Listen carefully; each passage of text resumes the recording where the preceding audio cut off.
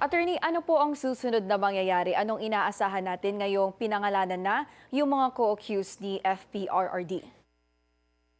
Sa kaso ni Duterte, matutuloy ang confirmation of charges hearing sa February 23, kung saan babasahin itong document containing the charges, malamang sa first day ng hearing. At yung inimbita nyo nga, mababanggit ang pangalan niya, malamang sa malamang doon sa pagbabasa na yon. Pero kung ano ang what's next for these individuals named, it's an entirely separate process. The case of Duterte will be separate and distinct from any other future cases that may be opened against any of the 8 named individuals or kung sino pa man. Ah, dahil hiwalay nga ang magiging kaso, hiwalay din ang proseso ng una, pag-apply ng warrant of arrest at ang susunod yan, yung pag-issue ng warrant of arrest sa particular na taong tutukuyin at eventually pagbubukas ng kaso.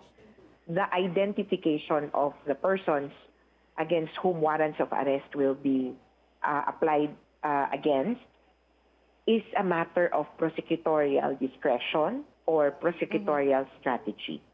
Yes, Attorney. We just spoke with the former DOJ Secretary Vitaliano Aguirre and he said wala siyang control sa PNP kasi ang mandato niya ay nasa DOJ. Ano po ang masasabi niyo doon? He must appreciate the entire common plan as something that wanted to ensure not only implementation but impunity. Ang punto ng buong plano ay magawa nila yung patayan tapos hindi mananagot matapos. At yung pagpapanagot pagkatapos, nabanggit na rin niya, ako ba ang may, narinig ko bahagya, no? Ako ba ang may responsibilidad na mag-imbestiga? Ako ba ang may responsibilidad na mag-prosecute? Ako, I would argue that yes, meron siyang responsibilidad doon. At yung hindi pag-iimbestiga precisely ng Department of Justice, ang nakapagsigurado na may mga pulis na nakalaya o nakapagpatuloy pa ng pagpatay. So categorically, you don't believe that DOJ Secretary Aguirre ay absuelto po dito sa kasong ito?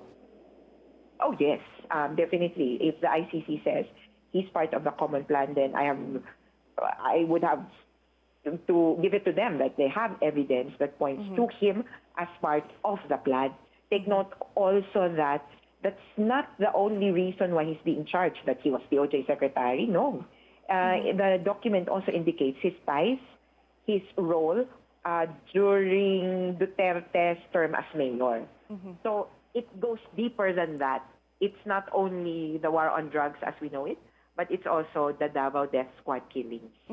Attorney Conti, nag-release na rin po ng statement si Senator Bongo. At ang sabi niya, yung authority niya as a special assistant to the president and then mayor ay walang kahit anong relasyon sa umano'y drug killing sa panahon ni FPRRD. How does the International Court see this line of defense? I will have to see kung anong exactly niyang sasabihin, pero at this point he's saying that he is not responsible or that's not part of his job.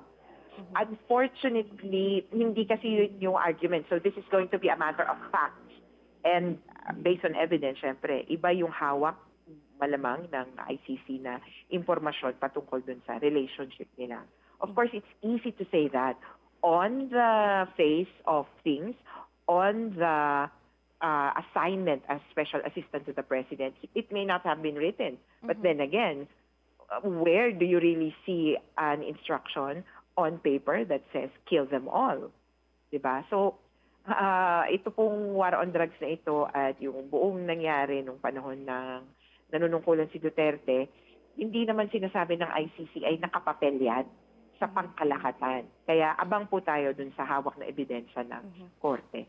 Attorney, dun po sa nirelease na document ng ICC, may nakasulat po doon na the co-perpetrators control the structure of power and therefore control the will of the physical perpetrators o kumbaga yung hitman. Pwede niyo po bang i-explain ng kaunti lamang sa ating mga viewers kung anong ibig sabihin ito? So una, yung instruction ng kung paano papatayin, sinong papatayin. Kaya dito na natin nakita or nalaman na meron palang reward system. Kapag nakapatay kayo ng tao o ng sinususpetsahang drug addict, ito ang makukuha nyo. May quota system din. At may paraan din kung paano tukuyin kung sinong papatayin or pwedeng patayin, kumbaga. At dito yung drug lists. Kung maalala natin, iba't ibang klase ng drug list ito. May narco list mula sa President's Office. Nagkaroon pa nga ng panahon na may drop box. Ihuhulog mo yung pangalan ng di umano or tingin mo mga drug addict sa lugar nyo. Pangalawa, sa pagsisigurado na matutupad o magaganap yung mga patayan, in-ensure nila na yung mga papatay ay may baril, may pagkakataon, may excuse, may modus operandi. At yung panghuli, at ito dito papasok nga itong katulad ni Vitaliano Aguirre, ang pagsisigurado na hindi sila mananagot. Ang kawalan ng investigasyon mismo nga, yun yung nagpapakita na bahagi ito ng isang mas malaking plano. Hindi lang ito one-off, hindi lang to minsan ng patayan.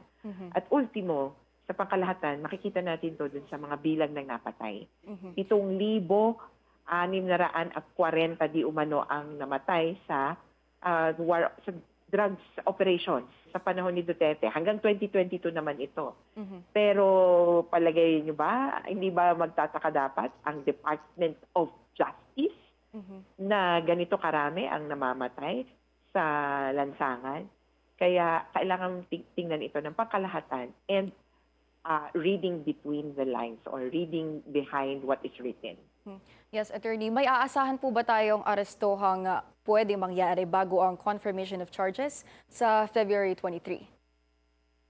Well, posible yan, pero ako wala akong pag-asa or hope pa na like ngayon magkakaroon ng arestuhan. Kasi again, yung pong document containing the charges ay hindi naman automatically warrant of arrest.